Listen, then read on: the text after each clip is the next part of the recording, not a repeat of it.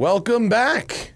We had a month off to get rested, do a bunch of travel, drive a bunch of stuff, and we appreciate you being patient because now we're back. It's the Smoking Tire Podcast, and here we are. This week's episodes are brought to you by the Porsche Track Experience. That's right. It's a new advertiser, and this week we're talking about some really fast Porsches, including the new GT3, and you might be thinking, that new GT3 sounds pretty sick. Where can I drive one? Well, the Porsche Track Experience is how you do it. The HPDE program offered by Porsche and executed by Manthey Racing is the ideal entry point for every skill level, from the first corner up into your entry into motorsport. They offer personal support to fit your individual driving goals and find the best suited events for you. They've got legendary tracks in Europe like Spa, Monza, or the Nürburgring, and they've got all the latest Porsche GT models, including the new 2025 Porsche GT3. Also available are cars with the Manthey kits to feel the difference for yourself. You could even rent full-on race cars. You can learn from Porsche certified motorsport experienced instructors. The standards of the cars, events, and tracks are to the highest safety standards from Manthey, and you can meet factory drivers and brand ambassadors as well as development engineers. For more information or booking, head over to Porsche.click/TST. That's PORSCHE.CLICK/TST. Porsche.click/TST. And the spokes do speak the English. All right, folks, on today's episode, it's my review of the new 2025 Porsche GT3, which I went to Spain to drive. Plus, Zach and I drove the Gunther Werks Turbo. Some of the roads that were closed for the fires are back open. I talk about the Austin Beyond City Limits road and track event that I'm doing. We've got the Ranger Raptor to take to King of the Hammers this week, and a whole lot more. Let's get to it. It's the Smoking Tire Podcast. What's up? Welcome to the program. Hello to Patreon. We love you the most. You are with us even though we took a week off. A month. We took a month off, actually, not a week. Yeah. But we are back, and we should go right into the GT3 probably. Yeah. That's a thing. The GT3 video had a little bit of a slow burn. Didn't quite hit on day one, but it's doing all right on day three. Okay. It's new GT3. It's very exciting. So exciting. I responded to the email inviting me to drive the GT3 before even really looking at my calendar.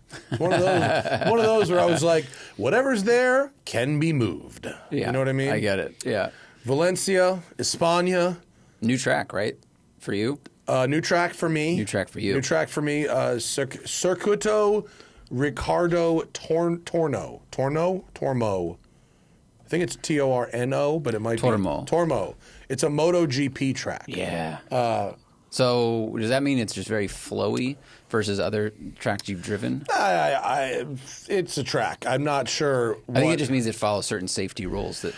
You know what it had? A lot of goddamn garages. I think MotoGP races have a lot of teams, and so it had a lot of garages. But it was a track. It was a nice track. It wasn't entirely different from what's it called, Monte Blanco, where you were for Aston. Oh, right. Same kind of vibe. Also, lots of gravel because motorcyclists don't want to slide across the grippy stuff. Yeah, and it's in Valencia, which is beautiful, as is all of Spain. You know, roads sick. Drove the GT3 Touring Lichtbau, which you put a clip up from our video on Instagram. There's a very funny captioning fail. Oh, it couldn't do Lichtbau, surprisingly. So it says like LICKED space BOW. Lichtbau, which someone out there who orders this license plate idea. Play with that a little bit. Yeah. You might be able to get Lichtbau. That would also be if you wanted to do a little meta and you had a matching boat. Your boat could be named Licked Bow. Like the licked bow. Yeah, the Licked Bow would be a good. That would also be a good name for a seaside Porsche themed bar. That is a lot of It's meta. It's lot deep. of nesting dolls of right, Porsche, yeah. and two people would walk in the bar and go, "I get it." I But also have Porsche a just GT3. set up like a cottage in the Alps. That's like a coffee shop, but it's basically just like a Type 7, Porsche installation. I think 000 could do the Licked Bow. They could do bar pop up to celebrate this car On a boat. Consider this podcast the patent on that yeah, plan. it should be a boat that's parked Yeah. at the dock, and you just walk up it. We need to call. Pete Stout asked if he could come on the podcast from 000, and I think this would be a good pitch Sure. for him. Yeah. We could prep it, workshop it a little bit, Shark Tank it up. I think it's pretty good. We could serve James May gin. The people that understand Porsche terminology. It's deep. Yeah. Yeah. You need to wait a little bit till more people order their Lichtbau, however you pronounce it. Yeah. Their Lichtbau thing. I know that that's not right for people who are listening, but it's what I got. what we're calling it now. It's what we're calling it now. We can't say Porsche, we say Porsche, and we can't say Lichtbau. I say Porsche. It took a while. I know, to it do does. that. You Yeah. had to reprogram. Yeah. But people someone's out there going, no, it's Lichtbau or something. And, the Yeah. B is silent. Yeah. So that's the GT3. That's the review right there. Yes. You got the Lichtbau, which is the lightweighting package for the touring. Conversely, you can also get a rear seat now for the touring, which is nice. Add to that, the bucket seats now fold forward. So whether you have a back seat and need to put humans back there, or you have no back seat and you want to put your luggage back there, you now have a way to fold that bucket seat forward to get things in there. Now, that doesn't mean it's an adjustable recline. It's not. It has one position up and one position down. That's it. Did not expect that. Yeah, it is a Into bucket. It's just a resting. bucket that folds. The engine makes, as close as makes no difference, the same horsepower. It's 503 horsepower. It's a little less torque. And then what Porsche has done is shave the gear ratios 8% in order to, across the board, PDK and manual, to offset the loss of torque. Why is there a loss of torque? Because there are new, more stringent emission standards. And in order to continue building a 500 horsepower six-cylinder engine, Porsche had to make some changes to make it run cleaner. So it has 4 CATs and 2 DPFs. And since the U.S. doesn't have the particulate filters, we have different shaped CATs that supposedly make the same back pressure. So the power is, according to Porsche, the same, right? But the car, it was up to, I think it had to meet a bunch of new emissions tests, the most stringent of which was 44% fewer emissions than before. So the car makes essentially the same power and is faster, accelerates faster. The top speed is down a little bit. The highway revs are up a little bit. But Porsche gets to keep making a compliant, high-strung, naturally aspirated car. That's like kind of the way it is. So that's like a bit of the Debbie Downer, but also like a cleaner car is like good. So yeah, especially when in my opinion, there's no consequence. You have a cleaner car that makes the same power, which Yeah. I think was plenty before. Yeah. We talk about this all the time. Beyond that number, it gets too exciting with too little pedal, and you don't really get to experience it that much. So 500 is great, especially Yeah. for any motor. And if it just runs cleaner, and as you said, and I noticed in the drive-bys, it's still plenty loud. Yeah. Like the cats do not really quiet it down very much. Like the drive-bys on the racetrack, dude. It's not quieter. It sounds exactly it's like actually it Porsche sounds the race same, car. and there's less sound deadening inside, so it's actually louder inside than before, unless you get the back seat. It seems like in a lot of ways, I guess I'm asking, is it a more exciting car? Because shorter gearing usually changes the character of a vehicle. Without driving them back to back, like it's kind of tough to say. Like it's exciting, but it's it's a great amount of power and weight and balance and all of those things. And Porsche did what Porsche does for the Dot 2s, which is they refine the formula. So it's got stuff they learned from the RS, like the aerodynamic teardrop shaped like control arms, and it's got carbon fiber sway bars for like the Weissach pack. You can now get a Weissach pack on a regular GT3. Hang on, where's my list here? We've got I'm pretty sure if it's not exactly the so the Touring and the wing car have the same setup according to Porsche. Okay. In terms of shock settings. Right. So it's still GT3 with Touring package. It's not a different setup, but I'm pretty sure that both of the cars, if that's the truth, because I didn't drive the wing car on the street. I drove the Touring on the street, the wing car on the track, because obviously. Right. But, so I can't say, because I didn't drive them in the same setting, is one different than the other for sure. I don't know. But it felt better. It was most of the way to the ride of the ST. Now, it wasn't... Sorry, it felt better than the predecessor, not better than the wing car. Correct. Okay. No, sorry. Yeah. Better than its predecessor on the street. I'm pretty sure they're using, whatever, almost the ST setting. Tuning, yeah. Plus, with the lightweight, with the magnesium wheels, it's like less unsprung weight. This had, they have a lithium battery and stuff like that. It's such a nice thing to use, the GT3 Touring. It's still kind of a big car. The downside is, especially compared to my car, which I took for a drive before going on the launch, it's just such a big car. Yeah. And it doesn't, I suppose if you get the back seat, it does hold more stuff and people. But that's still the downside. Same car, but rear steer. The only thing I didn't really get to test to my satisfaction, and this isn't somebody's fault, but it was really on the 405 freeway where the regular GT3 and the GT3 Touring from last year were darty. That combination was designed for good turn-in and response, but not so much for going straight. The ST really improved on that. I really want to drive this new car on that same road and see where on the spectrum of that it follows. Because we were on the Spanish winding back roads, which were gorgeous. But, sometimes when we go into the city on a press launch, you get the car at the hotel, you drive it to the track. You do your track and then you drive home. On this one, it was shuttle bus to the track, drive routes around the track, and then lapping. So I didn't get to do any highway driving. Yeah. It was all, and because I was filming, I just what's the best section? Go there, make film. And then, because the highway's going to have those grooves from semi-trucks. Right, so that's still the unknown. But, it's a compromise, I guess, if you have to deal with it. Yeah. But if you didn't notice it on good tarmac, then most people who live in places with good tarmac won't really care. Yeah. Yeah.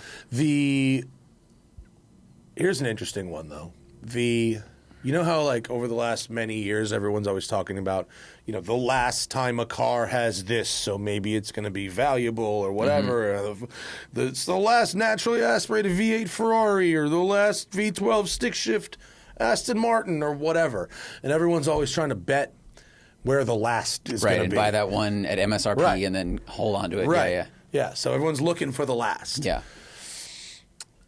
And in the video, the big question is the sort of the joke is this video is only for people that already own GT3s because those are the only people that can get GT3s. It's just like an Ouroboros of GT3 buyers and sellers. And that's sort of the joke. But the last GT3, the Dot 1, is the last GT3 without ADAS. And so maybe to you that doesn't matter, or maybe that's bad, or maybe that's good. But the new car, every time you turn it on, you have to hit a button, a hard button. And I'll give Porsche credit. Some manufacturers at least make an effort to make that process something easy for people that are planning on doing it every time they start the car. Right. For some cars, it feels like you're operating a PC, and the function is 5 different folders deep. Right. And you have to like click through all these touchscreens and then tap each thing individually. And as we saw in this car, it's a hard button. Yes. I don't know which button they replaced there. That was in the center. The suspension setting button. Okay, so yeah, they got rid of that. So that's and now it's that's now in the touchscreen. Yeah, and then it pops up this nice little row, and you just tap all those. Like that's as quick as we've seen, I think. Yeah. Did you notice that wasn't my hand? Yes. I did. Or I thought you shaved your hand. No, I fucking left. I left the track, and I got back to the hotel, and I went, God damn it! I forgot to film the turning off the fucking ADAS procedure. I meant to film it. You know, when you're going on these things, like going to Spain to drive these cars, like, don't get me wrong, awesome, but a lot of pressure to get everything you need while you're there. That's why I ultimately prefer writing, because I'd rather just go have the experience and then tell you about it, as opposed to have to capture all this by myself while I'm there. So anyway, I forgot. So I hit up Sam Fain, a.k.a. Seen Through Glass Sam, and I knew he was coming on the next wave. I was like, hey, homie, like, I need a favor. Like, I need you to film this. So if there's like a very pale, hairless hand. He did a very good job. He shot it like 5 times, different angles a little bit. He's a true professional and a gentleman. Yeah. Folks, got to take one quick break for Aura Frames, who are supporting today's episode. Now listen, we all know someone who loves taking photos. Maybe it's you, but their hundreds of pictures are just wasting away on their phone. Put them to good use. The unique, stylish, digital picture frame from Aura Frames is what's up. It was named the #1 digital picture frame by Wirecutter, and for a good reason. It's so easy to set up, and there's different frame options. This is perfect. This is absolutely perfect because, A, my sister has young kids, right? And she likes to just dump all her photos of the young kids into this share album. And it goes ding, ding, ding, ding. It's blowing up my phone constantly. So here's what I did. I got the Aura Frames. I said, don't put them in the shared iCloud photo where it's blowing up my phone. Put it in the Aura Frame folder, and that way the photo goes into the frame. It's sitting on my desk here, and when I'm at home, I see the new pictures, but it's not constantly ding, ding, ding on my phone. It is perfect. It comes with unlimited storage. All you need is the free Aura app and a Wi-Fi connection. Upload as many photos and videos as you want year-round. Now, right now, you can save on the perfect gift that keeps on giving by visiting auraframes.com. That's AURA frames.com. Listeners can get $20 off the best-selling Carver matte frame with code TIRE, T-I-R-E. That's Aura Frames, AURA frames.com. Promo code TIRE. And don't forget to mention that we sent you to show support for the show. Terms and conditions apply. I think we're actually going to be selling his car. His Boxster? Yeah, he's going to come back to the U.S. and do one more road trip in it, and then we're going to, let it fly on Bring a Trailer or Cars and Bids and see what happens. Cool. But I think he's going to try. He said he's going to try to make his show work for the 1000th. Okay. So or his trip work nice. for our 1000th. That would be great. He's show, so much fun. dude. Yeah. Yeah. He's got a great looking hand. Yeah. So wait, back to GT3. That is a thing. The ADAS stuff, you got to turn it off every time. I'm sure somebody will find a to make it. Ooh, if you could just hit the go assist away. button and it would just turn all of them maybe, off. yeah. Ooh. Like I learned that in EU, turning it off has to be 2 or more touches. So one hard button and then click, click, click, click on the touch screen. Sucks. It does. I mean, that's the rule. So it's not anytime we drive these cars and we go, why is it in a menu? It at least has to be in one menu deep, right? Yeah. It has to be. It's just the rule there. So we can't blame the company for that. I'm sure some clever person we know. If it's ever more than 2, they've done it wrong. Or if it's hard to find, or like on the Macan EV, it wasn't super hard to find, but you had to swipe down on the menu. So it's not just, you're not just stepping laterally. You then have to like go down the stairs to the basement. And that was kind of annoying. Yeah. So on the track, wing car, as expected, it's the end of, it's incrementally improved from the GT3. On the track, the real difference is some of the aero stability in the underside of the car particularly and the reformed front and rear fascia. It's not more downforce. It's a more balanced downforce, according to them. And they have some new like pivot points on the suspension that drastically reduce brake dive. And so while I didn't have the old car to compare to, and the last time I drove one was on the launch like fucking forever ago, I couldn't, it was such a long time ago, I couldn't tell you. But I can say that I stood on the brake at 140 miles an hour and the car stayed straight. So good for them. It's just a great thing. It's great because like on the track, it's like it's fast but not so powerful that like that you're gonna like be spinning the tires, in fourth gear. Right, like leaving a corner. Yeah. Like it's approachable. Now that all that Widowmaker shit is done, many years ago, but like it's a really balanced car now, so it's the logical endpoint of Miata driving. It is ultimately a momentum car because it doesn't have a lot of torque. You got to keep the engine spooled and I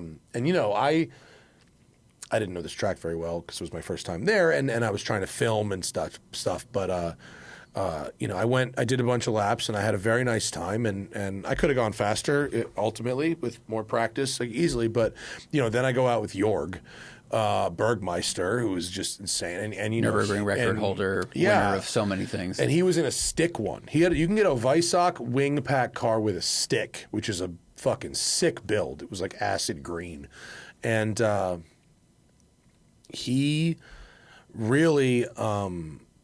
Showed me what that car is actually, very capable of. He talked. There's a curb on this track that is just. It looks like hitting like a curb on the street, like it's like a 4-inch. I'm sure there is an angle on it, but when you're coming at it at 100, it looks like a curb on the fucking New York City sidewalk. And I was like, you're on a press launch, whatever. You're not taking a lot of curbs on those type of track days. You need to be pretty familiar with tracks before you start deep cutting curbs. Like it's unnecessary to the task at hand. Correct. And it puts the car at some risk, as you guys learned on the road and track shoot years ago. Yeah. That wasn't your fault. That was the manufacturer's fault. So why do it basically?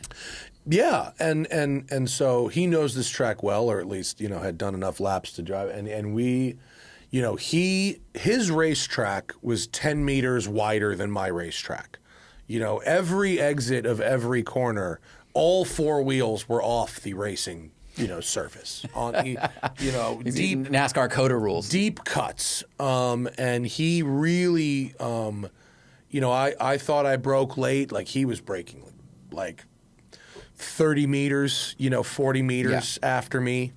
And really like almost hockey stopping the car into the corner as a way to slow it down. Incredibly impressive. And, you think about the fact like, okay, in the context of this car, I'm in the middle here. This car would be fun and not dangerous if you're a somewhat entry-level driver. Mm-hmm. You could drive it without getting into a bunch of trouble and still enjoy yourself. It doesn't have any like bad handling characteristics. Right. So you could drive it as a novice and have fun. You could drive it as an intermediate like me, or you could drive it like Jorg seemed to be having a pretty good time. Well, it's probably similar in power to his race cars, or whatever he races now. But like GT3 cars are pretty close to that, and they with less grip for him. So he's just like sliding it around. Like, it was great, good times. I'd like to drive like Jorg Bergmeister one day. That will not happen. Just dedicate your entire life to racing cars. Entire life. Yeah. Go back in time. Nice guy. I deeply disagree with him on the electrification stuff. I did publicly, and I did to his face. Yeah. But, the car's awesome. If you already had one or have one and you think, this is a little too stiff and darty for a road car, the new one, mostly it seems, fixes that. And it also kindly pulls not value out of the ST, but the ST had such good suspension, and the GT3 was just way too stiff in most places. And this takes the same software and just gives it to that, with some other changes, of course. But like that's really great. They have this other thing that they did that is a retuning of the electric power steering system. they were all about, steering, it's all about friction and minimizing friction and having consistent friction. And he said every individual car that you build, VIN numbers 1, 2, 3, are all going to be slightly different in steer because of manufacturing tolerances and whatever.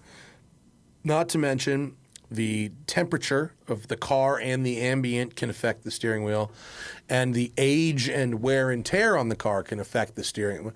And so they say they've developed this new calibration for the E-Pass that compensates for those things in both the short and the long term. So every car, not only from unit to unit, but from year 1 to year 5, should have consistent steering feel.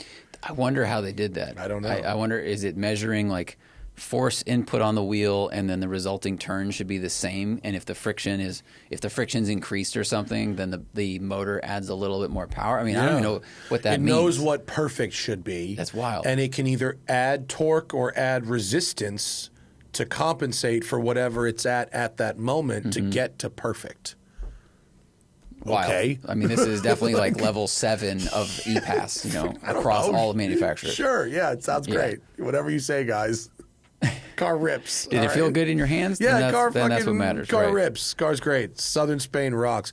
I'll tell you what, though, these roads in Southern Spain, absolutely fantastic, but a bitch to shoot video. They don't do turnouts there. There's these gorgeous winding mountain roads, great tarmac, whatever, but guardrail, no turnout.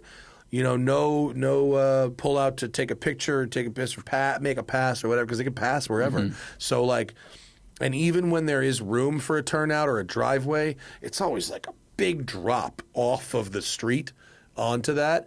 And so when we were doing like Panamera or Taycan with the hydraulic suspension, we just go and like pop that shit up like a fucking 4x. Not in a GT3. Yeah, it's a lot of times mostly France, we have to drive like half a mile till you see the one tiny turnout, and then that's it. So doing drive-bys was really challenging. Very hard. Yeah. That's why all our mounted shots are like fucking 15 minutes long. Yeah. It was just from one turnout to the next. Right, and then they always end up in a new town, So you have to keep the shot because you don't have time to do it again on different part of the car. You're like, well, I guess this mounted shot shows a pizza place. The next one shows a twisting road. Exactly. Yeah. Oh, press launch filming is really hard, you guys. It actually is. It's like when you were talking about it, it's like you have a grocery list. You leave your house. So I'm going to get all these shots and these angles and these things. And then you go into a 7-Eleven and you're like, oh, they don't have kale here. Because that's your time. You just don't have time because of the structure of the event and they're doing the best they can to give you. Yeah, and you're on a road with zero knowledge. You have absolutely no idea. You're driving a car you're not familiar with. Sometimes you have to share a car. In GT3, I shared a car. So I made that entire video while sharing a car with somebody who does not appear in that video. Well, he was screaming in the trunk. Yeah. Yes. He's still in Spain. I left him there. On the side of the road? Yes.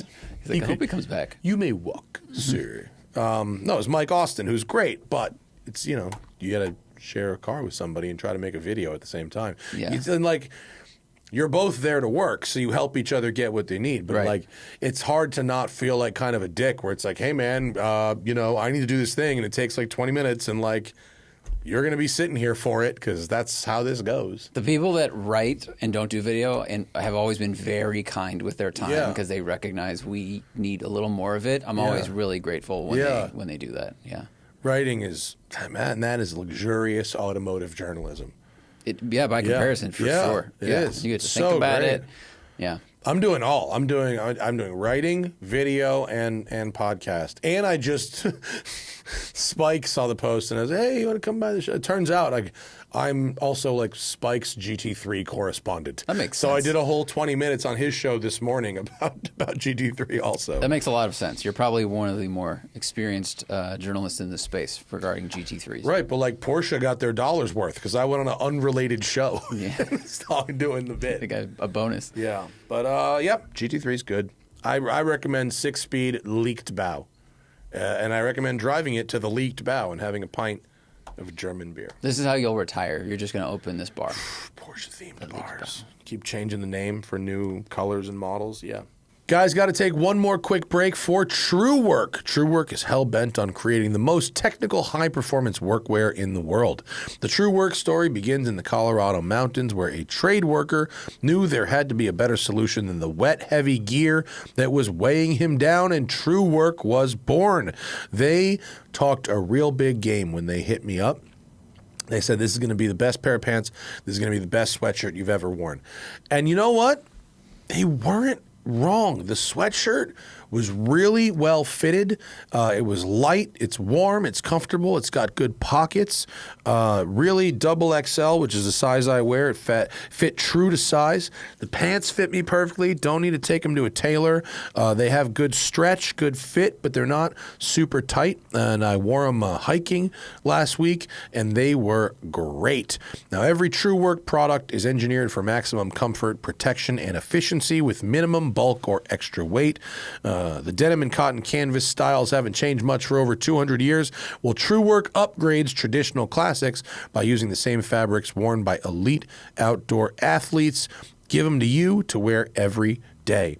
The soft, stretchy, sweat-wicking, soft-shell work pants, that's what I've got, are a major upgrade over wet, heavy jeans, and the wind and waterproof shells used intelligently placed insulation for streamlined warmth that lets you stay mobile and agile. Upgrade to Truewerk for a major change in the way you work. Truewerk helps you be your best when your best matters most. You can wear them for work, you can wear them for play, you can wear them to lounge, you can wear them as casual clothes. I wear them for hiking. They are great. So check out the full lineup and get 15% off your first order at Truewerk. That's WERK. TRUEWERK.com/tire. That's 15% off at TRUEWERK.com/tire. And now back to the show. But yesterday we drove the Gunther Werks turbocharging into the future of the past. Yes. Yeah. It's a way to go forward while going backwards. Yes. This is quite batshit. Yeah. It's a lot. Especially when you turn that dial. It's a lot of car.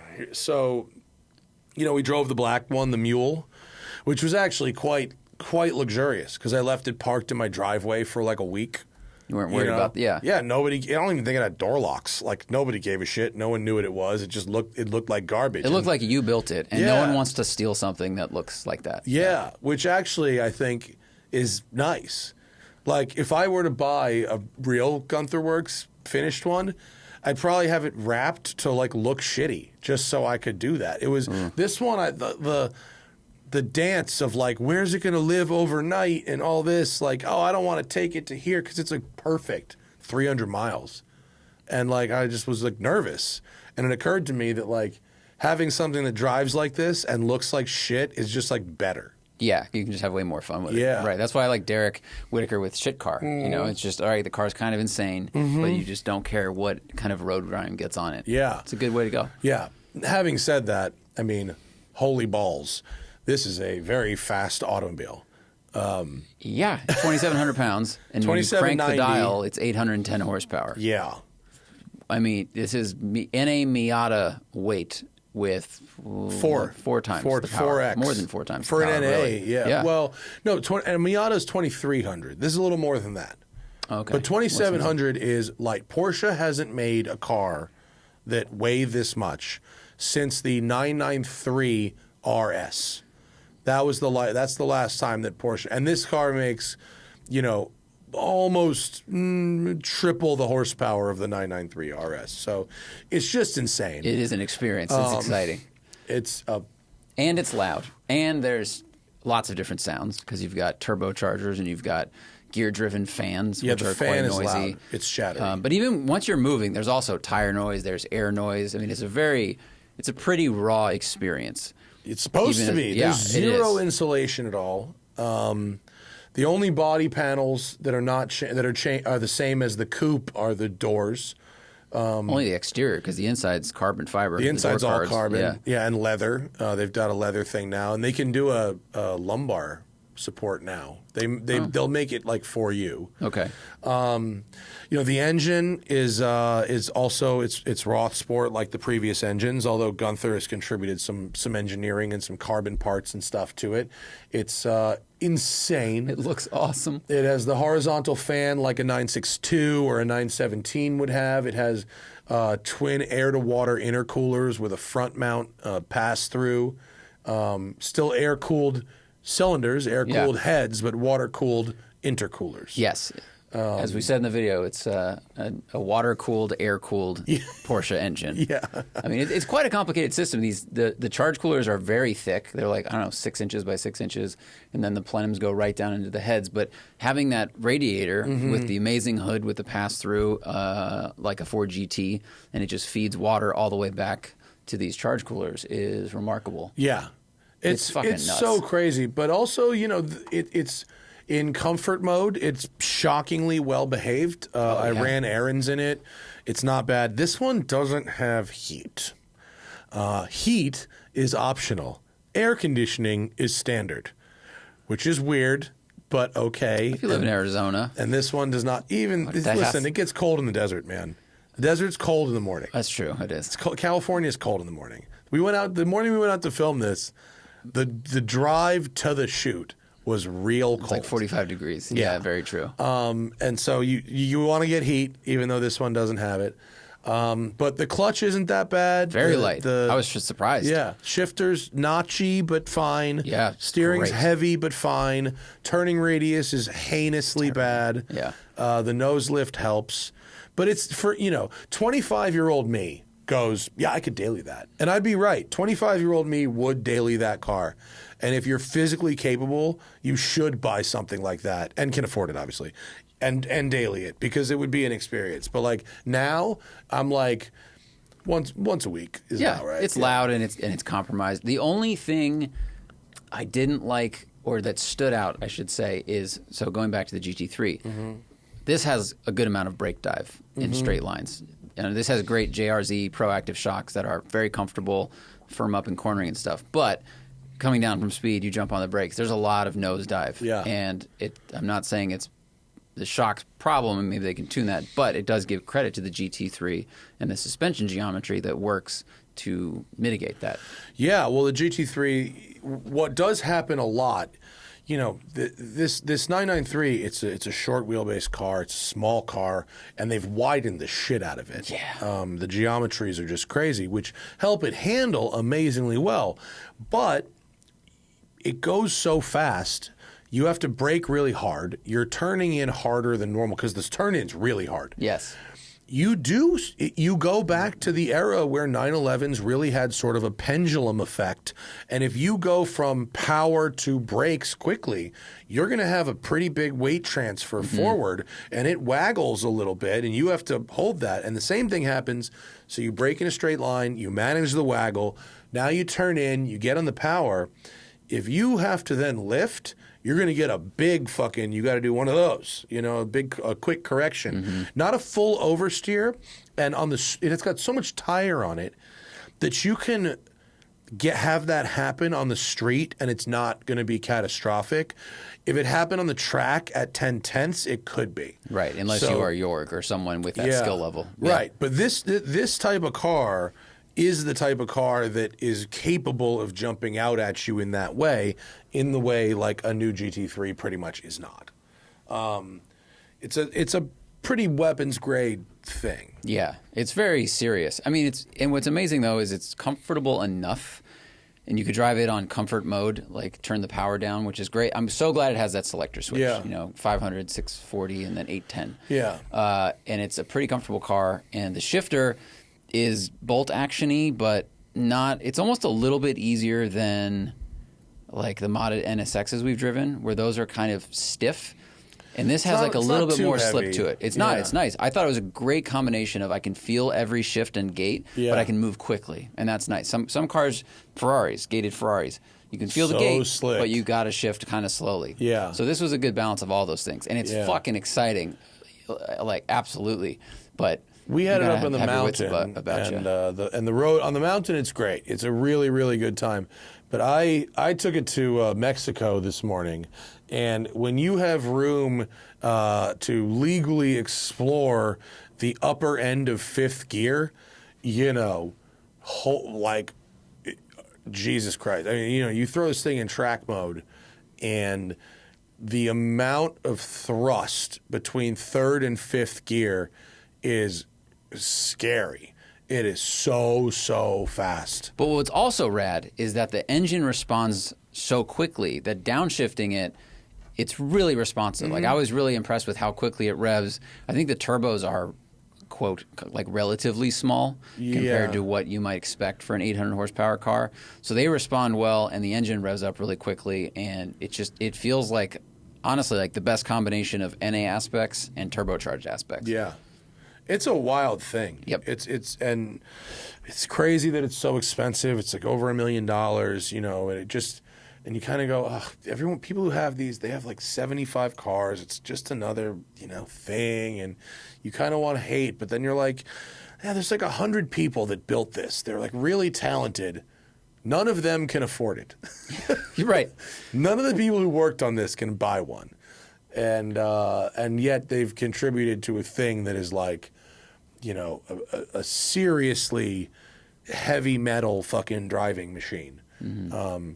And of course, because it's a 1995 or whatever, it's funny to go, I went straight from the GT3 to this, and at the GT3 it was all about environmental regulations and ADAS and like that, and it's like, well, shit, man, if that's how it's going to be, you know, the very desirable driver's cars are no longer going to be sold by OEMs. They're going to be sold by people like this. That's true. This might bring about more small producers, hopefully at a variety of price points, but kind of like the Caterhams, you know. Yeah. Caterhams have been making the same thing for 50 years or whatever it is, and they're not the most comfortable, and you can point that out, but that's silly. But they do deliver a very visceral driving experience to your hands, feet, and butt. Yeah. And that's what this does, just with more power and a lot nicer materials. Yeah, it just warps the world. It's real crazy, and it's fun. It's a lot of fun, and it's actually pretty fun at low speeds too. It's reasonably compliant, and it's not too much of a pain in the ass. It's nice on the highway, other than being loud. Mm-hmm. It has a good ride. It's just hard. It's hard to park. Yeah, the turning radius. Is awful. Of course, I mean the tires are what, 295 fronts. 295 fronts. Super wide. Yeah. But they've gotten it tramlines less than the Cayenne GTS. Cayenne GTS catches more edges than this does. The people that set up the Gunther cars are so good in terms of ride and responsiveness without going into completely like unnerved cat that accidentally ate meth. Yeah. I mean, like it darts in when you start moving your hands, but if you don't move your hands, it just keeps going straight. Yeah. It's really impressive stuff. Yeah. Really neat car. I love the size of the cabin of these 993s too. Mm-hmm. It's like that's the size that a sports car should be. It doesn't need to be bigger than that. Yeah. Driving the NSX around yesterday, this is the size that the car should be. Stop making them bigger, please. Please. I do enjoy the stability of a new Porsche by comparison, like the moving of the engine, changing of the wheelbase. Like you can definitely notice they did that for a reason, and I like what they've done. But this is a very exciting thing to drive. Mm-hmm. So we got a video coming out. Oh, it's probably already out because this is going to go up Thursday.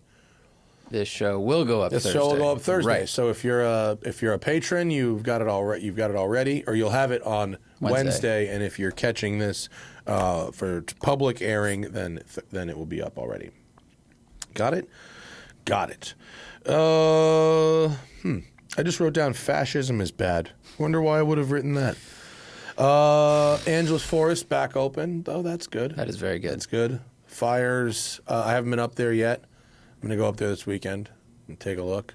But people went to Newcomb's. You can get there. Okay. And hopefully that means we can film and we don't have to go all the way out to the 39.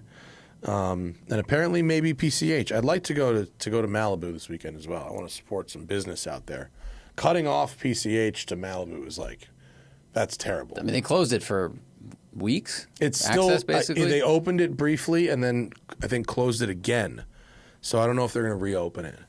Whatever they're doing, I'll go around if I have to. I'll go down from above. but really bad over there. And I want to go support business. If you're in LA, drive around, go to Malibu and support some small businesses, you know. And also, if you want to donate stuff, there are places like YMCA that are still taking donations for lots of house goods that people need continuously. People need one new plate or pan, but they continue to need like baby wipes or water or soap or other things like that.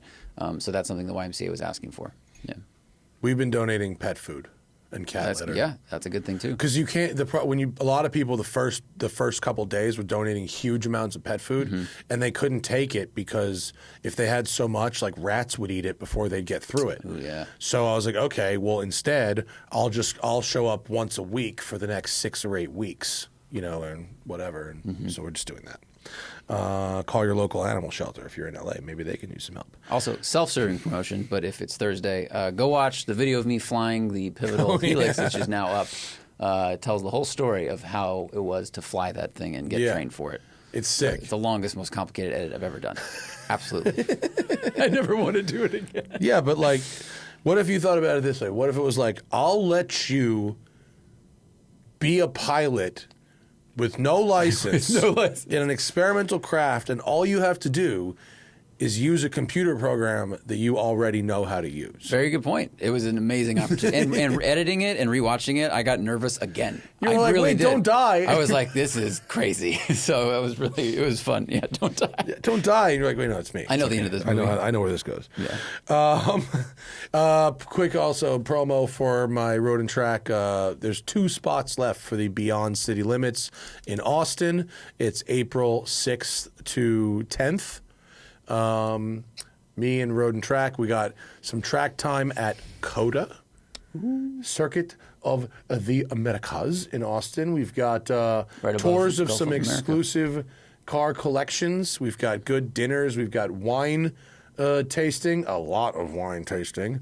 And we've got the beautiful Austin Hill Country and some really good driving. Hannah and I are going to Austin on Monday to make the routes. Or to at least, I should say the routes are made to scout the routes and make sure they are good and figure out where to park and where to get coffee. And we've got a GR Corolla automatic, which will be a fun car to scout in. And then I have booked a McLaren 750S for the actual event, which is a good choice. That's a fantastic. Normally I drive Bentleys on these events, but also... What a sentence. Yeah, but also normally...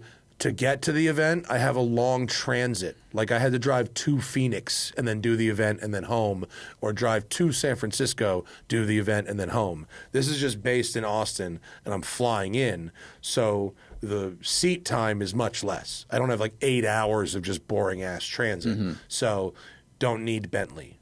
I let Dan Pun take the Bentley. On this that's nice. That's nice. Yeah. Let your boss take the Bentley once in a while. Speaking of Bentleys, the Bentley has been detailed, fully detailed, photo shot. Jonathan Harper was down here doing the photos. They look great. Zach and I are going to film tomorrow with how much it cost in maintenance for a year for the Bentley. And then on Wednesday, Doug is actually had a very fucking funny text exchange with Doug because, you know, he's going to do a video for Cars and Bids, and we're going to sell it at no reserve and see what happens, right? And maybe I'll get some of my money back. But I sent a text to Doug, and I was like, hey, man, Bentley's all detailed. Photo shoot's done. Me and Zach shooting it tomorrow. You know, when do you want to send the truck for the Bentley? And he goes... And he wrote back. He goes, Habibi, I know send truck for Bentley. You bring me Bentley. And I was like, oh, okay. And then he sent me the winky face. Like, oh, he's joking. Okay, that's just a joke. Okay, I'll hear from him about when the truck is coming. So the next day, I don't hear from him. The next day, I go, hey man, about the truck, and he's like, oh shit, dude, I thought that was like meant for like a press fleet guy. I completely forgot we were filming your car. Like, oh, no problem. We'll send the truck. Good. We'll send the truck later this week. Because we're leaving early Wednesday morning, so you can't bring a Bentley to San Diego. I don't want to go to San Diego. No, fuck no. But so yeah, we'll have that. That video will be up soon. Just the year wrap up. And then, you know, to finish the math, we have to sell it on Cars and Bids and see what we can get. Right. And hopefully, I don't. The number, if we sell it for less or for more than if it costs me less than $10,000, that is a win. Okay. That's considered a win.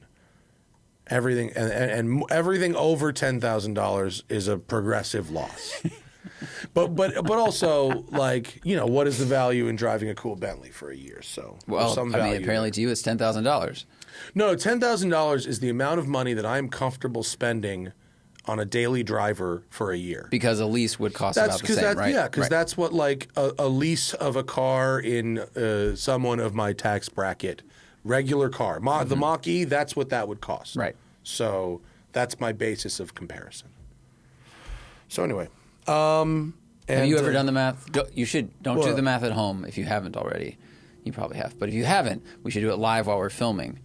So that we can... The math of what? Of how much it's cost you to maintain the Bentley over time. I have it right now. No. I'm just saying. I'm not going to tell you. Okay. But, like, I have it exact. I know exactly. I was hoping you hadn't added it up so we could capture that moment and unfortunately, see what your face does. I have added it up. You drank a lot of bourbon after that. Look, I mean, I'm starting to think, you know, in our land of impending fascism and total economic fucking crash, what's money for anyway? I mean, honestly, if you're not going to do like stupid shit once in a while, like why even work? Why even have money? I completely agree. No disrespect to people with kids, they got to put through school and feed. Right. I don't have kids. We live so that they don't have to, or because they can't. Yeah. You know, we have to go do the dumb car things or jump off of stuff. I owe it to society to buy a stupid car and then just like see how that goes. That's my purpose here. Mm-hmm. So we tried with this, and then we'll try with the Taycan, and we'll see if somebody else wants to. But the fucking car, you know, Derek was here, Derek Bemis, Mr. McGuire's. The paint correct. I mean, it's unbelievable how shiny this fucking car is. I had the boys do the full interior detail. Did you not paint correct it when you got it? I did. You did it again? I had a paint correction a year ago, and it had another paint correction now. What changed or went wrong in a year? Absolutely nothing. I wanted it maximally shiny for sale. Got it. That's the only thing. All right. And I employ the best detailer in the state. Okay. I didn't know if like the clear had somehow changed. No, I mean I shouldn't say quote paint correction because it didn't need like deep cuts or anything like that. Everything Derek does compared to like what our regular guys do at Westside, Derek really only does paint correction. Mm-hmm. It's like the highest level. Like my guys can polish and they'll make it look nice, but like the highest level of like analytical specific care is kind of what I mean by correction more than the level of abrasion or anything like that. He came in with a paint meter, you know, and a loop, you know, and he's going, you know, this is single stage metallic. Like, you know how rare this is? Like, and he's, you know, it's very scientific. It's, you know, there's like 4 dudes that detail like this. Kevin Brown, Derek, Larry, you know, somebody else somewhere, but those are the only 3 I know. They can never get on a plane together at the same time, basically. I have been to dinner with the 3 of them together.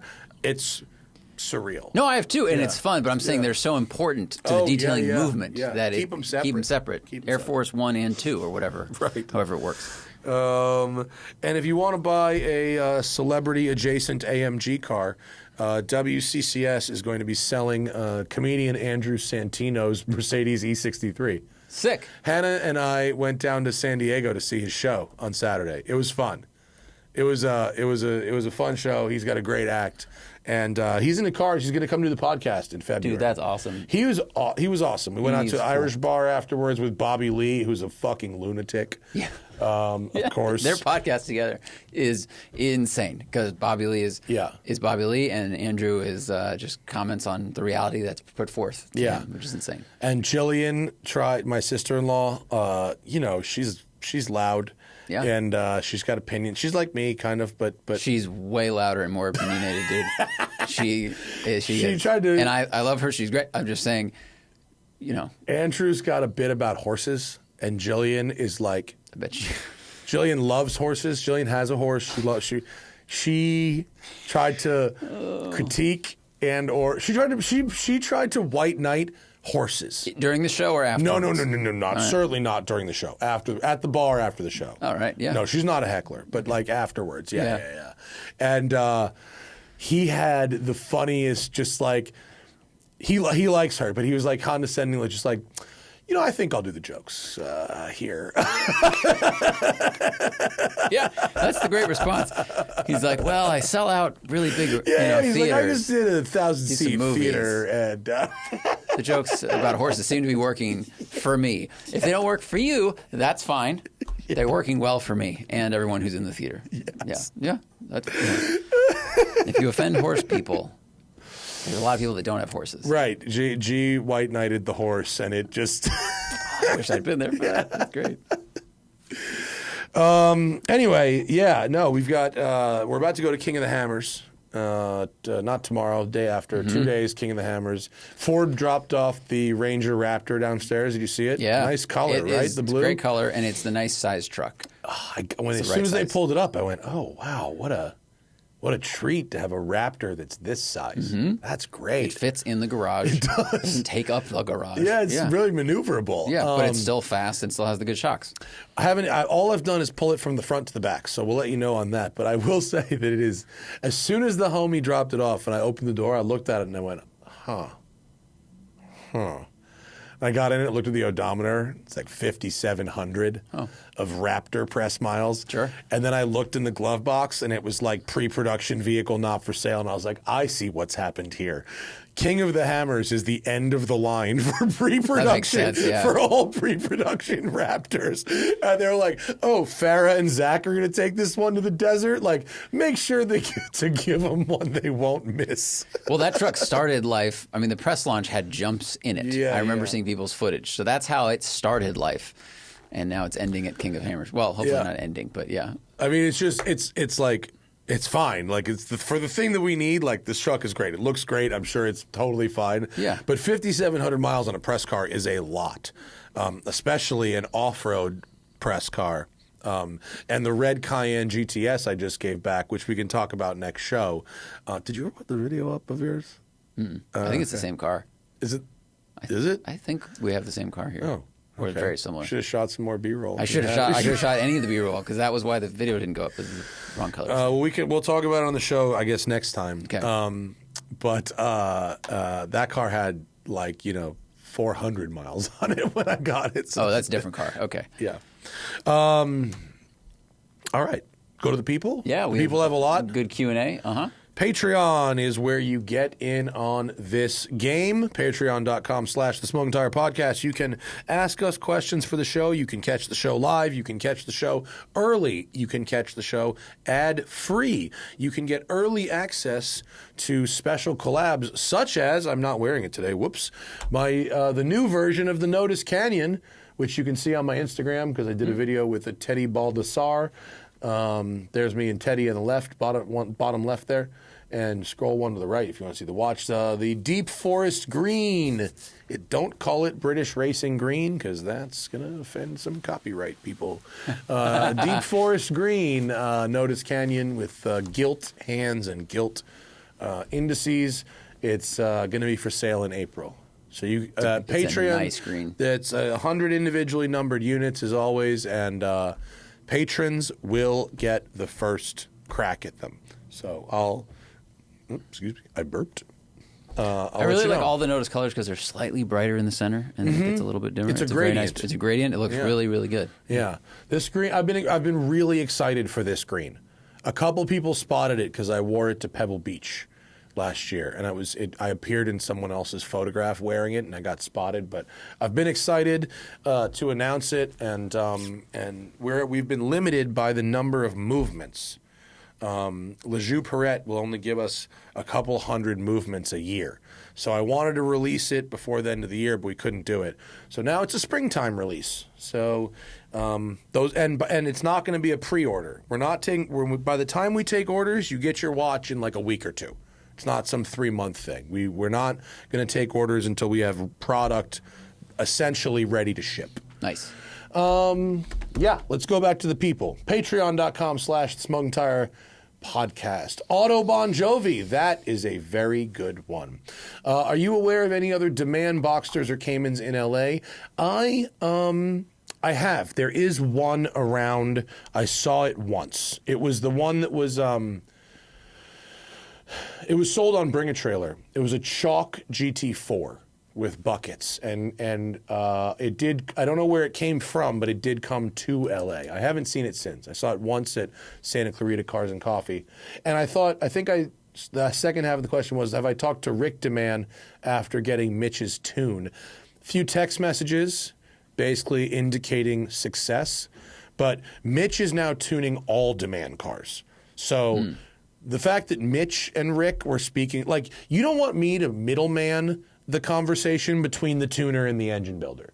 That conversation needs to happen directly. Right. Well, I guess Jovi's question was, have there been any adjustments on Deman's end? And I would say the change is that Mitch is doing tunes all of them now. Right. Yeah. And so Jay Fritz says, thoughts on ranking the latest version of these cars for road trip ride comfort?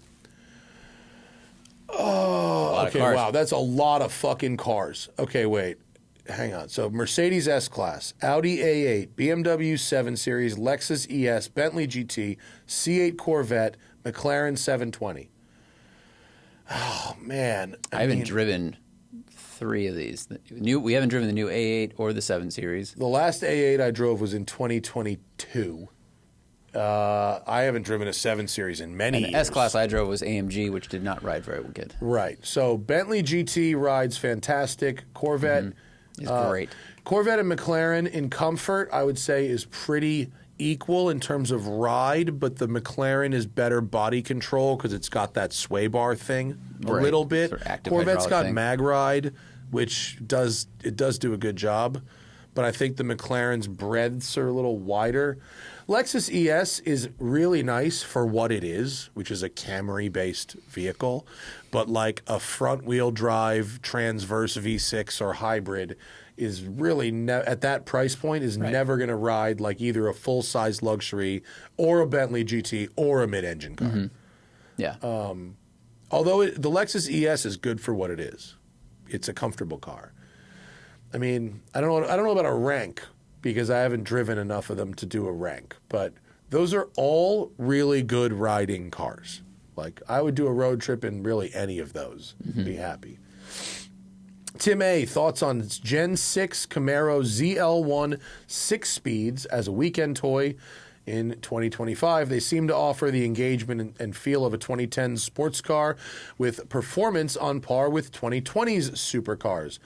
For reference, a clean one is going for $50 to $60K on Cars and Bids.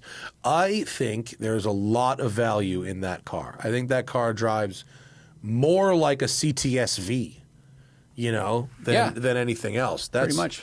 Those, they handle great. The ZL1s ride great. They're fast as fuck. The 1LE rides like shit on the road. That's then a it becomes track day race car. Yeah. Right. So if you want the Cadillac CT-SV experience, you get the supercharged engine and you get the mag ride. I mean, and then it is one of the better choices out there for a heavy front engine, powerful car. I say heavy because you have a huge lump of metal up front, propelling the rear wheels, so they have to add a bit of spring to it. But the mag ride does a really good job, and that is an exciting, fun thing. I think back in the day when we tried the earlier ones, I thought it felt like a cheaper AMG. Big power, big noise, good ride. The ZL1, though, ZL1, yes. 1LE is a no for me, unless you want a track day car. Let's go back to that. And if you want a track day car, I think the supercharged version is not the way to go.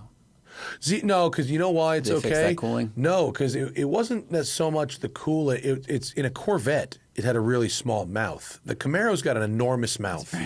Cooling was not. True. Me and Lee Keene tested the ZL1 at VIR, and it was like 90 degrees and 1,000% humidity, That's a good point. and it was totally fine. Yeah. Yeah, that car was fast as hell. It is the Jillian of Camaros. What you're saying. That's cold. She's going to get so mad at me. Get so mad if she hears that. And she's going to hear it, too. I know, I'm gonna delete that. Jake Shores says, what car had the best and worst transition from generation to generation? Example being the 2nd gen Eclipse to the 3rd gen. That's a good one. That's a good example. Best and worst transition. The BMW E30 to E36. No. Rude. I mean, in terms of build quality, or are we talking about looks? Because that build quality, I'll agree with you there. So the worst transition, and it's going to be, no one's going to like it, is the 911 going from a 993 to a 996.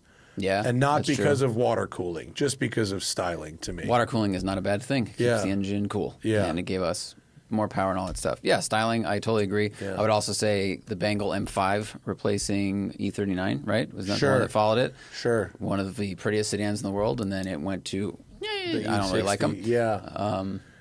I'd say the G80 from best F80. transition. Oh, best?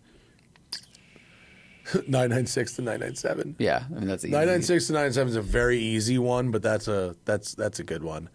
I think the F-body Camaro to what I guess 2005-ish, 6-ish. Well, also I didn't like New Edge Mustang. I think the transition from New Edge to SN90 or to what do you call it? S197 or whatever. That's one of the best. Yeah, that was, and it brought in the retro design, which then made the Camaro change its course. As well. Yeah, that was great. Those are both really good. That would be the New Edge Mustang was garbage. Just styling wise, I didn't like it. Yeah. Well, all right. Good question though. My name is Lane, but I identify as a street. You know what? That's okay. More power to you. Yeah, do what you want. I don't care. If you're identify as anything, people are so fucking shitty about someone else living their own goddamn life. I don't have the free time to care, and it doesn't affect me at all. Yeah. That's how I feel about it. Which is tackier? Support trans people, by the way. Yes. They're real. They exist. It's not an ideology. They're nice. They actually exist as humans.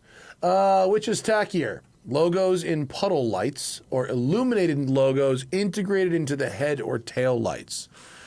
So glowy Mercedes star on the nose. Badges. Ford doesn't have two. Is tacky. Mm-hmm.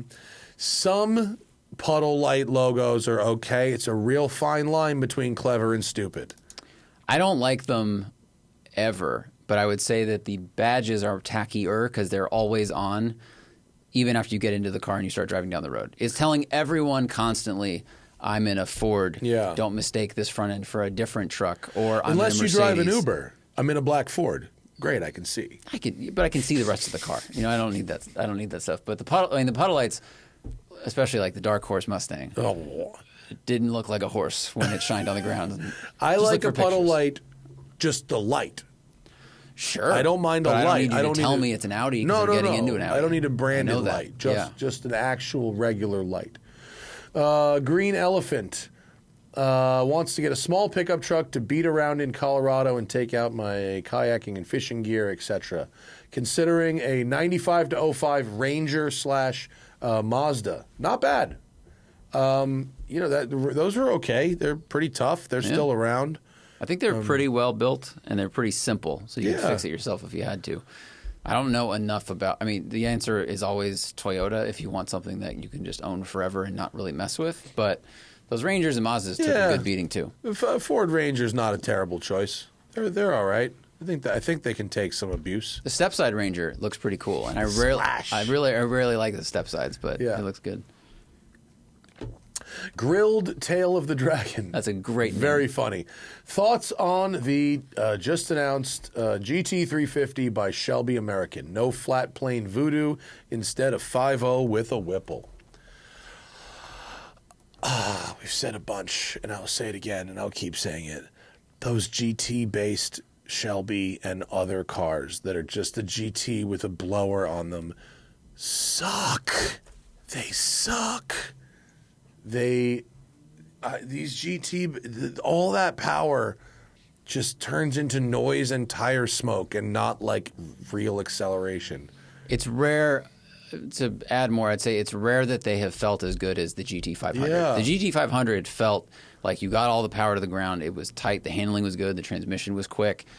When we've gotten this from where they've bolted the Whipple on. Yeah. Even when the power number is the same, it just feels different. It does. It doesn't. Whether it's the gearing ratio or the heat soaking of the blower, it just they never feel right. And I've driven some like those 700 horsepower like Super Snakes that just like couldn't get the power down properly. And like, yeah, okay, I guess like fourth gear wheel spin is fun, but it was like all wheel spin. It never seemed to translate into, like the McLarens, when I talk about getting wheel spin in fourth gear, it does like a little hiccup when it hits fourth, but then you get forward motion. Well, but you also have all the other elements of the McLaren delivers. And I think I'd rather go buy a used GT350 that has a flat plane, is fast enough, and has wonderful handling dynamics, rather than get something that's just like all noise and power. Yeah.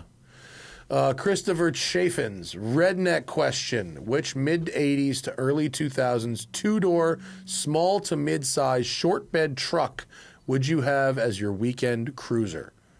I go Chevy SS with the 454. Okay. Just because I liked seeing, as a kid, that font was huge and it sounded fast.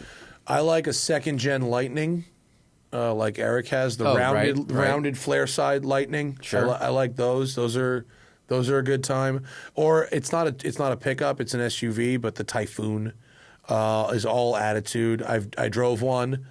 They drive awful. They're trash, but they look so great and they sound cool and they are the right vibe. I saw a two-door Tahoe the other day, like yesterday. They're cool. That looked really good. Two-door Tahoes are cool. Yeah, they are. They're great. Bad Gardener, if you were to make a media outlet whose target audience is automotive journalists, how would it look different than any current channel or magazine right now? Oh, if your only audience was automotive journalists, it would be a parody on the industry, basically. It would be like Richard Porter's, character. What's the fucking guy's name? Not Nigel. Nigel? I thought it was also Richard. What is it? I thought it was also Richard. Richard Porter has a fictional automotive journalist that's like a bumbling, humorous... The book is How to Be an Automotive Journalist, yeah, which is... what's the fucking guy's name? Something very British. But that's pretty much what it would be. I don't know. I can't find it. If I search how to become an automotive journalist, there's a bunch of answers. It's funny. There are some automotive journalists that consume a lot of other automotive media, and there's some that really consume like none. I'm always surprised, and maybe they're lying, but I'm surprised when I go see other people at launches and they tell me they watched our video about something. And I try to not, because I'll end up getting influenced by whatever someone else says. Well, if it's the same car, very true. Yeah. But if it's just someone drove a thing I have never been in the presence of, like Valkyrie or something like that, sure. Mr. Balloon Hands, new Patreon member, happy to be here. Huge fan of the new Land Cruiser. Do you think this new platform will be good for 200 to 300K miles like previous ones have been? And will it be feasible to work on your own car? Depends on how industrious you are. I mean, I think cars are getting more complicated to work on. But on the flip side, you have more people working on them, making videos and posts about how to do things. So I think there's way more step-by-step instruction out there than there's ever been, and that's really helpful. So if Tavares was like forging his own path. Yeah. Now there's other people that do the same thing, with less expensive cars, and they will give you a guidebook on how to do it, which is awesome. But I know they recalled how many Tacoma engines? Yeah. Like, that's concerning. Not Tundra. Tundra and Land Cruiser engines. Yeah. It's really like, it's hard to say. I mean, any vehicle should last that long if you take care of it. And Priuses, which are also hybrid, last at least that long. There's tons of them that are cabs in LA with huge mileage counts on them. Like, so a Toyota hybrid is more likely to last than some other hybrids, I think. But also the new Land Cruiser is not the same Land Cruiser as outgoing one. That's still alive as the Lexus. This is Land Cruiser Prado, which is much more like a 4Runner than it is like a traditional Land Cruiser, with that heavy, heavy-duty build quality. Still good, but not the same level of overbuilt that it used to be. Get rich or die trying. Get rich or try dying. Sorry, I read that wrong. I have a 420 horsepower S2000 and a Honda Beat. 2-car garage. Respect. I'm 280 pounds. Yeah, all right. Really planning on getting an Evora 400 or what is that? Or EQ 400 or... what was the... Oh, GT is the last GT. EQ. Or equivalent? Maybe is that what that means? Is that a worse choice than an old NSX to fit the same role and finish out the stable? The Evora and the Emira are definitely the continuation of the NSX line. And if what you want is an NSX but with new feeling steering, like the big difference between my NSX and a modern Lotus is the sharpness in steering of the modern Lotus. I have to turn the Lotus wheel to here, and I have to turn the NSX wheel to there to get to the same place. It's a lot more physical steering input. Yeah, the steering ratio is slower in the NSX. Much slower. So if that doesn't bother you, and you want that analog feel, analog Japanese mid-engine V6 powered feel, and on and on and on, the Lotuses are great. But if you've already got an early 2000s or late 90s Honda stable and you want to round it out, well, an Evora just won't do, will it? I mean, he said he's not like specifically a Honda person, but it would be cool to have all of them. Yeah. And sourcing parts might be actually a wash between Lotus and NSX. Yeah, I don't think it would be much of a problem. You could get Evora stuff. You could still get from dealers. It's still pretty new. I do like the Lotuses though. Pugs and Porsche. Everyone says the 911 ST is the one. Which cars began with equally high praise only to lose such recognition in the long run? It's a good question. I don't know how many have. I mean, I think people at the time were talking about like the 964 Carrera RS. And that car is still fantastic and worth a ton of money, and people covet them and love driving them and hold them and collect them. Ford GTs, I think when I drove that in 05, I went, this is it. And I absolutely feel that way today. I think there's an interesting wrinkle, which is sometimes Porsche trickles down things they've learned, like on the ST, then they gave the suspension to the GT3. So does that remove its status as the one because you can get something similar, not the same, but very similar and close for less money, it's more available. Whereas Ford GT, the second gen technically, you can't get that anymore. The next one that came out was not even close. Yeah. So I think that makes it keep that status. Sure. I mean, Carrera GT also. I mean, the difference is, a lot of the cars that are really appreciated now were not huge successes. Like Porsche had a tough time moving Carrera GTs. Ford GTs sat on showrooms for $149,000. People weren't ready to pay that kind of money for either of those products, and so that made them even more collectible. But I can't think of anything that I drove in my 15, 20-year career doing this where I went, oh, this is the shit. And then later I was like, you know what? No, it actually kind of isn't. Everything I've ever thought was like really, really great. The R34 Skyline. I drove that hasn't worn off. Were there things you drove earlier in your career where you're like, this is the shit, and then later you get more experience, you get a better palate, and then you actually change your tune on things? I feel like that's more likely for us. Yeah, that might be more likely. I'd have to really think about things that I really liked when they came out that I wouldn't like today. But there's probably not a lot of them. Probably not many. I think it's really like engineers will look at the first product they made in a run, and they can always improve on it because they had to get the product out. And so we might really like the first run, but then as they iterate things, like Huracan Evo they'd fixed all the things we didn't like, or they'd changed the steering and everything. And so you go back to the early ones and you go, oh, it's still good, but it's not as good as that. Sure. Early Huracans are still good, actually. That's a good example. Christian says, I was just in Bali and experienced insane traffic on tiny roads. What is the best tiny luxury car for this scenario? The Aston Signet? Love that. I was just having a conversation with somebody about this because he was talking about microcars, and he was talking about how shitty it is that like certain governments or local DMVs are getting down on K cars and stuff like that.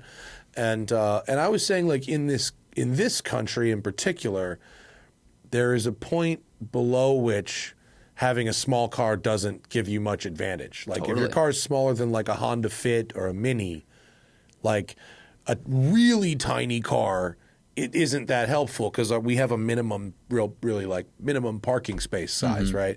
Whereas in Europe, it can be like, wherever it fits, like whatever. When I see a smart car on the road, I want to ask the person why they bought it. Maybe they have a tiny parking situation at home, but out on the road, I just see a tiny storage space in the back and a car that's probably not that much more efficient than numerous other small sedans that have good engines. Yeah, and a Mini has like a real trunk and a back seat and whatever. So anyway, how do we get down this tiny road? luxury? Tiny so luxury Aston cars. Signet, would that be where small meets luxury? Are there any other good examples? I mean, I actually think the basic, the Mini coupe, like the 2-door Mini.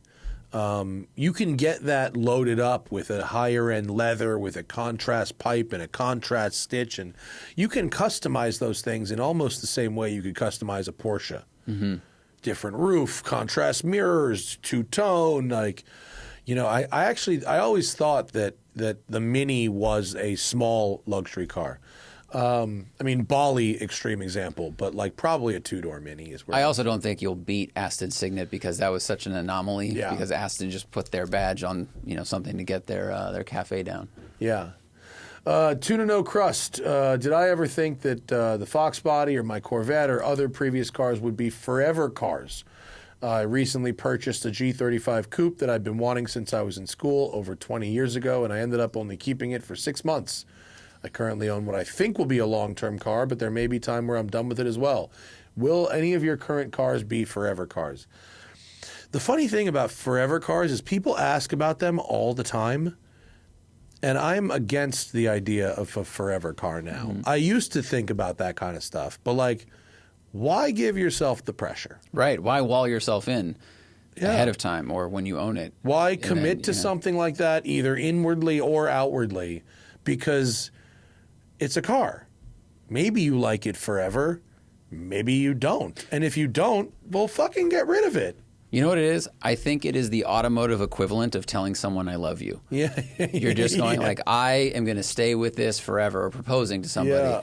And you don't need to do that with a car. You can just, you can like it for a while and then you can sell it for a while. So I think people see that as the most powerful endorsement of a vehicle. And if they have one or if they like it, it really validates how they feel. Yeah. But in the end, you go, actually, I can change my mind. Well, today I was on Spike's show and he asked about selling the Bentley. And he's like, well, what happened? And I was like, what do you mean what happened? I bought it.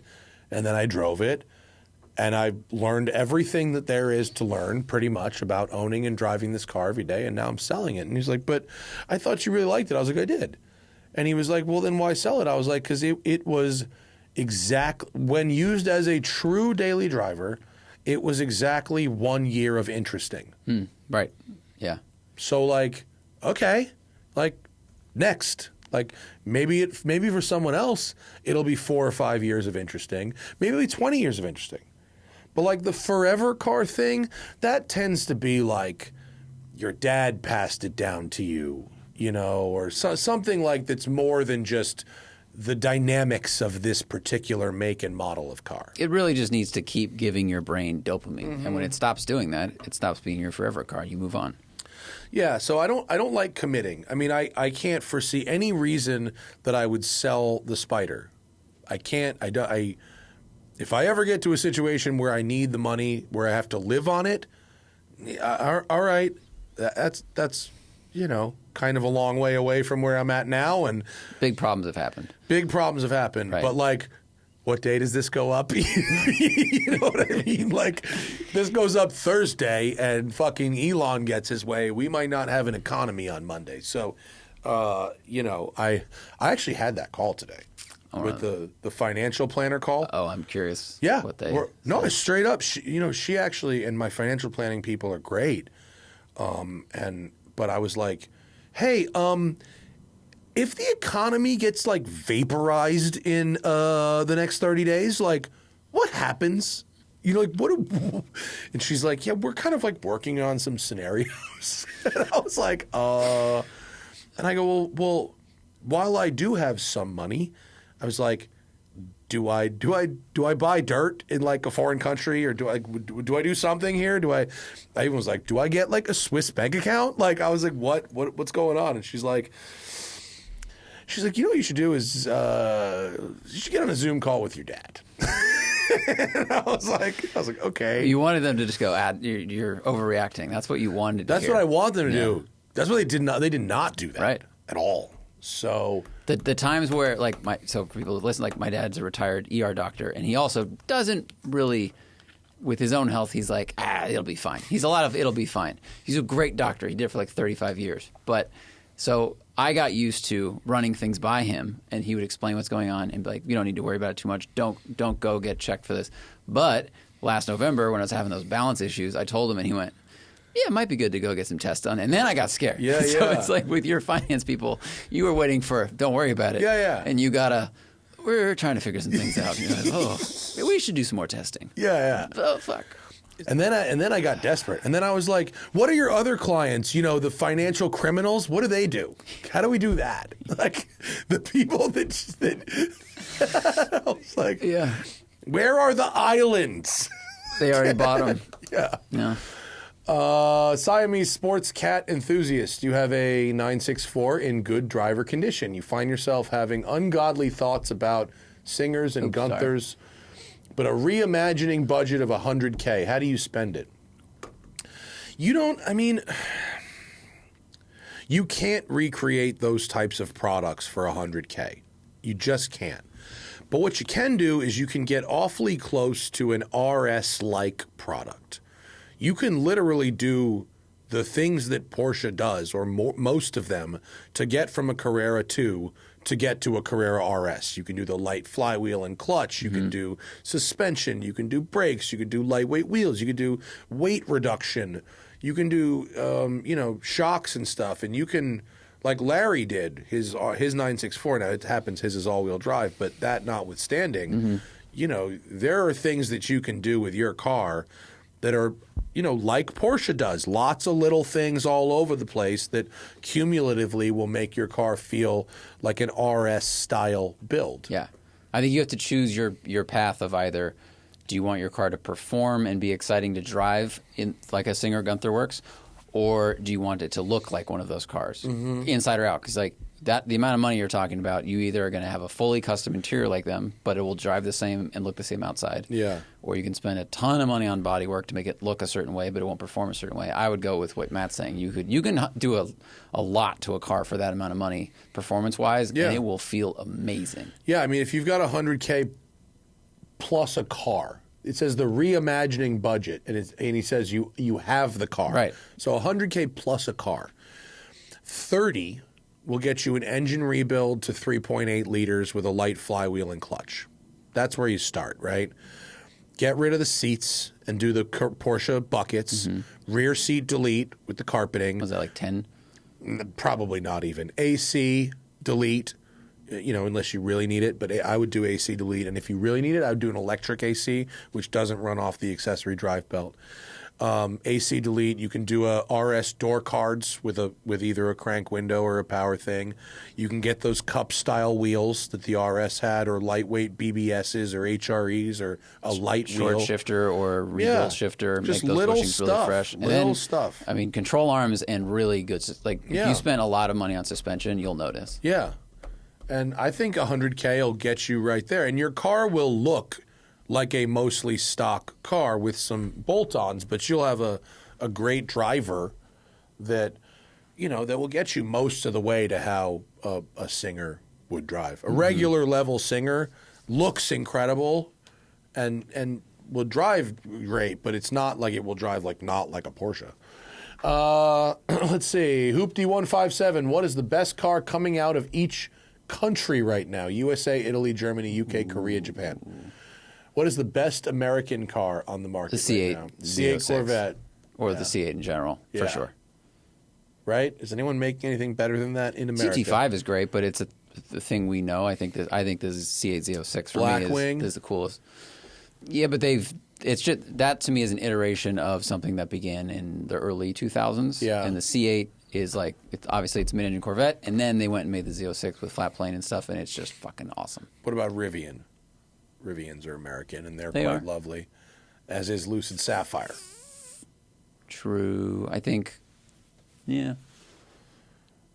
The C8 Z06 is the most desirable of those to me. I also think it gave, if you close your eyes driving that car, you're driving a $400,000 Ferrari in terms of sound and experience. Whereas the Sapphire is a better handling, no disrespect, I just want to preface, like they took the Tesla Model S and they went, we can make this built better and handle better. Yeah. And the Rivian is, that's a good answer though. That is also a pretty big step. Yeah. I think the Rivian is the most compelling American car on the market right now to the masses. Hoop, do you want... Oh, sorry. Whoop, I meant the rest of the question. Italy. Storado. Huracan Storado. That is the most interesting... You're going to go. You're going best. to drive the MC20 GT2 Stradale. That's true. On behalf of us, that'll be fun. I mean, the 296 is obviously fantastic. 296 is great. It's really great. It's they great. say best. It's great, but like, there's a couple things about it that just drive me fucking nuts too. Right. The battery dying thing, and the capacitive thing. I would rather own as my fun car a Storado than a 296. I think.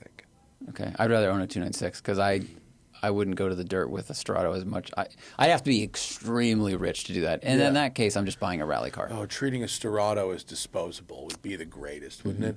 All right, the best German car. I mean, it's got to be 911 GT3. It could be a GT3 or ST. Or ST. Still call it ST because they're still delivering them.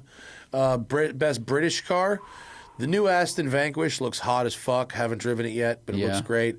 The DBS was a really good step. Yep, and very the Vantage excited. was very good. Yeah, very excited. The new Bentley GT Speed Hybrid. Oh, I haven't driven it. Is so good. I don't care if it's a Panamera powertrain. That's a British car, and I'm gonna have or the McLaren 750. I would choose the 750. I would only because it is more British. No, I'm gonna go 750 also. Okay, that's the best British car right now. Korea Ioniq 5N. Yeah. That was an interesting big step for everybody. Very, very stoked on Ioniq 5N. Japan, best Japanese car at the moment. What have we driven out of Japan? GR Corolla. I'd say a GR86. I know it's for sports cars. Like it's an old formula and it's affordable, and in an era where every car is basically priced out. I mean, even GR Corolla, when you option it up, is like $50,000. GR86 is holding the line on fun, NA, and good packaging and affordable. Yeah, look at that. I can't argue with you there. Maybe Integra Type S. That's a great vehicle. I think I might have to go with Integra Type S. But it's 50 Gs. Yeah. Davis W. We got 3 left. Funniest, weirdest bumper sticker you gentlemen have seen on a car. So do you know there's a saying like "fuck them if they can't take a joke"? Sure. So we put a bumper sticker on my friend's car and didn't tell him, and it said "fuck them if they can't take a toke," and then he drove that car with weed in it across the border into Canada, where he was stopped. No way. And arrested. Did he not know about this? He didn't notice the sticker? No. We put it on like as he was leaving. This is in college. And he got in trouble, a lot of trouble. Like he didn't go to like prison, but like I don't think he can go back to Canada like ever. Yeah, it's not great.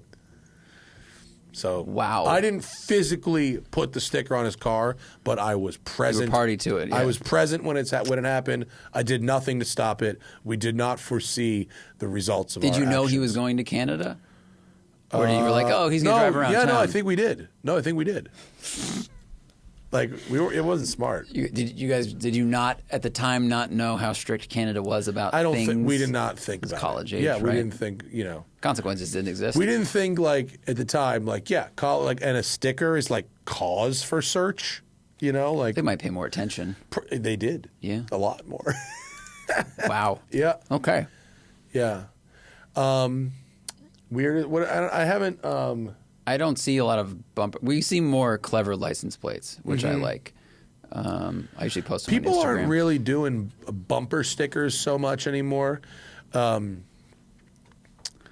mean, I've been rocking anti-BMW Club for like 2 years, and that is a burden that all used BMW owners share. Yeah.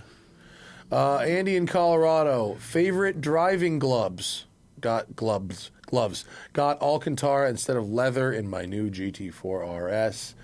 I don't fuck with gloves, dude. I just clean my Alcantara more often. Yeah. I'm sorry to say. Larry Casilla on his ammo page has a great, easy tutorial for cleaning your race techs, as Porsche called it. Mm-hmm. So I clean them more. I regret getting it. How often do you clean your race techs? Specifically clean it every like 6 months. Okay. Yeah, I would do that instead of driving with gloves on. Yeah, driving gloves really sucks. It's lame. But in hindsight, I will never, ever get a car with a suede steering wheel ever again. It's just not something I ever want to think about. You could rewrap it. I can. Yeah. No, that's like this isn't like that's a problem that eventually will be solved with money. Like here, pay someone. And, if money still exists, right? Oh shit! What if it doesn't though? Then your bumper sticker is going to say, "We'll suck dick for new steering wheel wrap." The U.S. currency is going to be replaced with Doge. I can't wait until we literally live in idiocracy. It's going to be like idiocracy, but it's like idiocracost. It's going to be where holocracy. It's going to be somewhere. It's going to be idiocracy, but with Guantanamo Bay as concentration camps. It's going to be great. Mm-hmm. You guys don't even know. Nice Cams says, was Teddy just like he is in his videos, meaning incredibly kind and humble? And was he a car guy at all? Meaning Teddy Baldassar, who is a watch heavy who came to interview me for his YouTube channel. There he is. He is a very, very sweet individual. He was very nice and humble and knows a ton about watches. We had a great time. We talked about watches. We filmed some stuff. He said he doesn't know a lot about cars, but he said his dream car was an Acura NSX. And I was like, oh, well then let's go out in the Acura NSX. So we went out in the NSX. We went for a little drive, little sort of comedians in cars getting coffee vibe. He didn't know a lot about cars, but that's okay. Because he knows a lot about watches. And then he told me what his fucking numbers are, and I was like, oh my God. Guys. Oh, on his YouTube channel? Well, it's not just the YouTube channel. He has a retail establishment. He sells watches, and the units they move, holy shnikes. Lots. Do we know a lot of different watch YouTubers that also own a sales platform? Seems like... Well, use content. I mean, being a personality and creating content is how you drive. Right, it's advertising sales. For your, yeah. So, a lot of the guys that we've met and I've done podcasts with or whatever are people that are watch dealers who were savvy enough to craft a social media presence. Gotcha. They went that direction, whereas Doug went from social media, YouTube to sales. Yeah, a lot of these other folks did sales first and then found success promoting their sales. Gotcha. Teddy didn't. Teddy was content first, and then he opened an online store and then a brick and mortar store in Cleveland. Cool. But we actually have a lot in common. Cats. The combination of a YouTube presence and a brick and mortar presence. And does he also have as many cats as a new GT3? He has 2 cats. Oh, okay. And they're like Himalayans, like big, like fluffy ones. Excellent. Came over, had a few drinks. It was a good time. We had fun. Cool. I like Teddy. He's definitely going to hang out next time we come to town. I didn't know if our audience would care about him so much because I was doing his show, but it seems they do, and maybe he'll do a podcast with us next time. But lovely guy, and definitely I don't know what his. I think it's TeddyBaldassari.com to buy watches from him, which I may be doing in the future. Apparently, fucking Segura rolled through his shop and cleaned up. TeddyBaldassar.com is where you buy watches from him. What brands does he have? Go to brands. Omega, Grand Seiko, Blancpain, Glashuta, Breitling, Zenith, Longines, Doxa, Oris, Nomos, Hamilton, Rado, Mito, Tissot, Junghans, Certina, Baume Mercier, Nevada Grenchen, Unimatic, Louis Erard, Seiko, Marathon, G-Shock, Bulova. Damn. Guy's got brands. Wow. Yeah. Maybe I can hook up a little discount if you want something. Zach was just asking me the other day, like, what's the best? No. Don't worry about it. Don't put that in the street. No? You already gave away the escape plan on the podcast about 6 months ago. I know. And so, okay. My escape plan is to put on all my watches at once.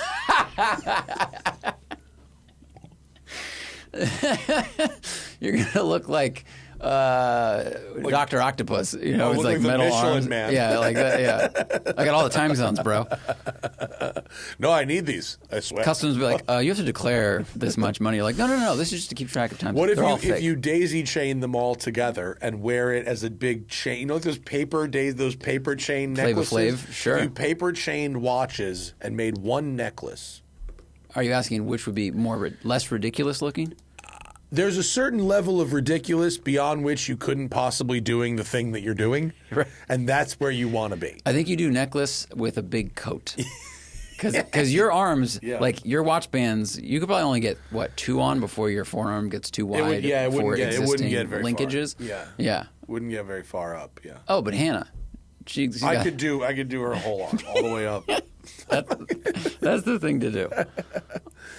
So anyway, maybe consider moving your assets out of the country is all I'm saying. That's our show. Thanks, everybody. Let's see what happens next week. No, we're going to King of the Hammers. We're going to be out in the desert. It looks like a complete shit show. Awesome. It's going to be fun. We are doing a live podcast with Vaughn Gittin Jr. and with Dave. Founder of King of the Hammers, Dave Cole. Cole, yep. The founder of King of the Hammers. That'll be very fun. We'll be probably drinking. What is bourbon? I think it's a bourbon beer situation. I think it's a bourbon situation. It's like a session beer situation. You drink a lot of lights. We bring a cooler? We should bring a cooler. Yeah, we need to bring a cooler. So we've got the Ranger Raptor. We're going to have a cooler, bourbon. Which we won't drive after we have things from the cooler. And we no guns? No. Okay. I mean, right. People probably have them. Yeah, it's BLM land. Yeah. But, even if you don't have a license to conceal carry, you can't, even on BLM land. So. Right. So no guns. I have not been told by friends that go there that people go, here's the shooting hole. Now, there might be a shooting hole, but there's too many people around. That would be so dangerous. I heard about the shooting hole. It's a bar down the road. It was different. It was different. It was, The owner of it had that bumper sticker that this person, the patron, was referencing. Oh, that's a different kind of shooting hole. Yeah. That's our show. Let's end there. Really Great. On an up thing. Yeah. As we do. King of the Hammers. Second, and then we'll be back in studio after that, and we rapidly barrel towards episode 200. 1,000. 200. What am I doing? Why did I say 200? Mm-hmm. That's funny. I don't even know where that came from. Episode 1000. Does it smell like toast in here to you? It's because, am I actually having a stroke? I've done a lot of, I had calls this morning and then podcasting. I'm at the very end of a lot of talking. Mm-hmm. So sorry. 1,000, as it turns out, is the number of episodes that we've almost done. Right. And we will have a podcasting extravaganza for it. Experiences.roadandtrack.com if you want to drive with me. See yous later.